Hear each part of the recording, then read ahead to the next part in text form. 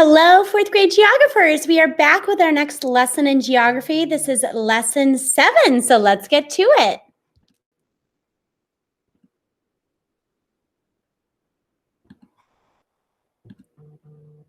This lesson is all about culture. Culture, what is it? Do you ever wonder what makes you think the way you do or where your ideas come from? Many things influence who we are in life and what is important to us.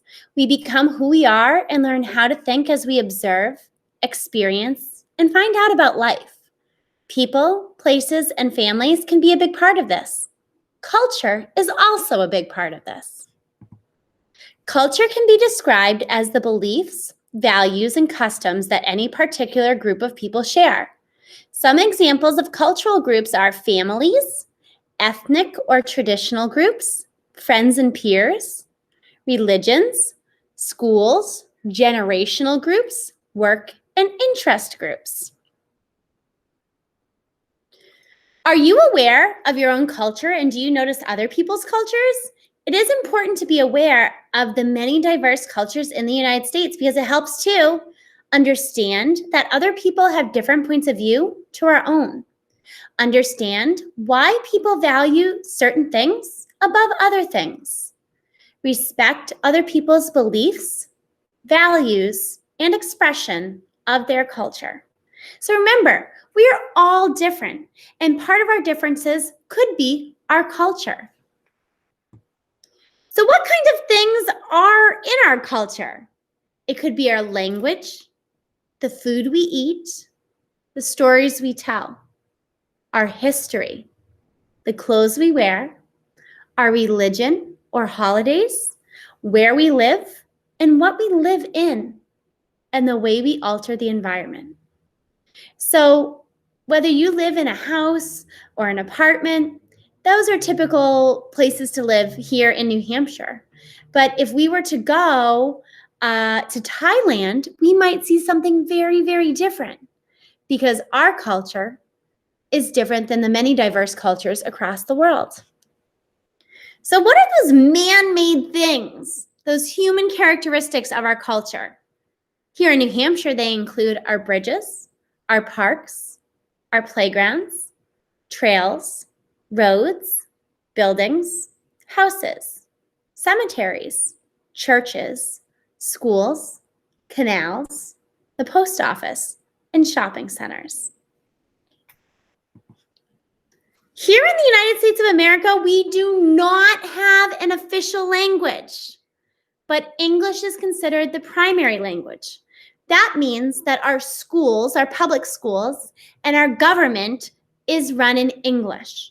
However, we don't have an official language.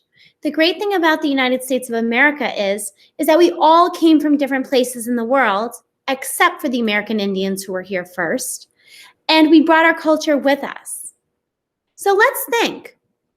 How did the history of colonial settlement in America influence our language? Why do we speak English? I'll give you a minute to think about that.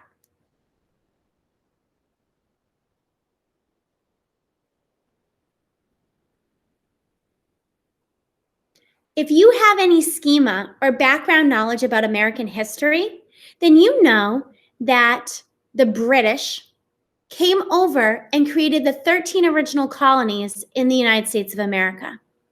And with that, they brought their language, English. So we originally, before we were the United States of America, we were the royal colonies, the British colonies, and eventually we fought for independence from Great Britain through the Revolutionary War, started in 1776. And when we won that war, we became the United States of America. Because many of our people had come over from England and already spoke English, English continued to be spoken here in the United States and in the colonies.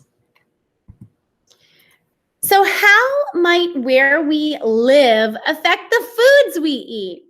Well, here we have two things I see that are grown here in New Hampshire. So that's corn and apples. Here we have an abundance of that, so it's very easy to get. If it's summer, you might stop by the farm stand to get corn.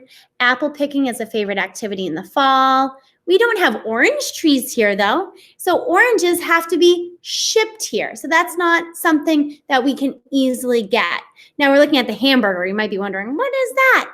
Remember, we have access to a lot of fast food places here in New Hampshire, in New England. That may be something that is not a part of another culture in another place. So America is a melting pot of cultures. Thanksgiving is one of our national holidays. Regardless of where you live in the United States, it is celebrated. Thanksgiving is not something that's celebrated in other countries. Perhaps they have their own Thanksgiving, like for example, Canada has Canadian Thanksgiving, but American Thanksgiving is something that is uniquely part of our culture here in America. How does where we live affect the clothes we wear? Well, today it's not too bad out. And so you can see that I'm in a short sleeve t-shirt. So I chose to wear this today so I could be comfortable and also based on the weather.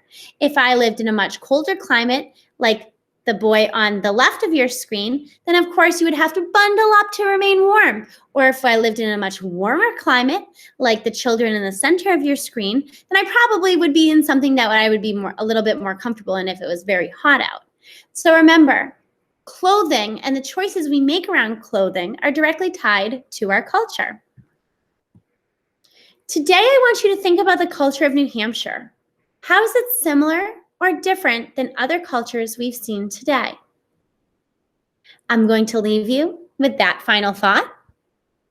You do not have an assessment today, so I will see you next time for lesson 8. I hope you have a great rest of your day. Bye.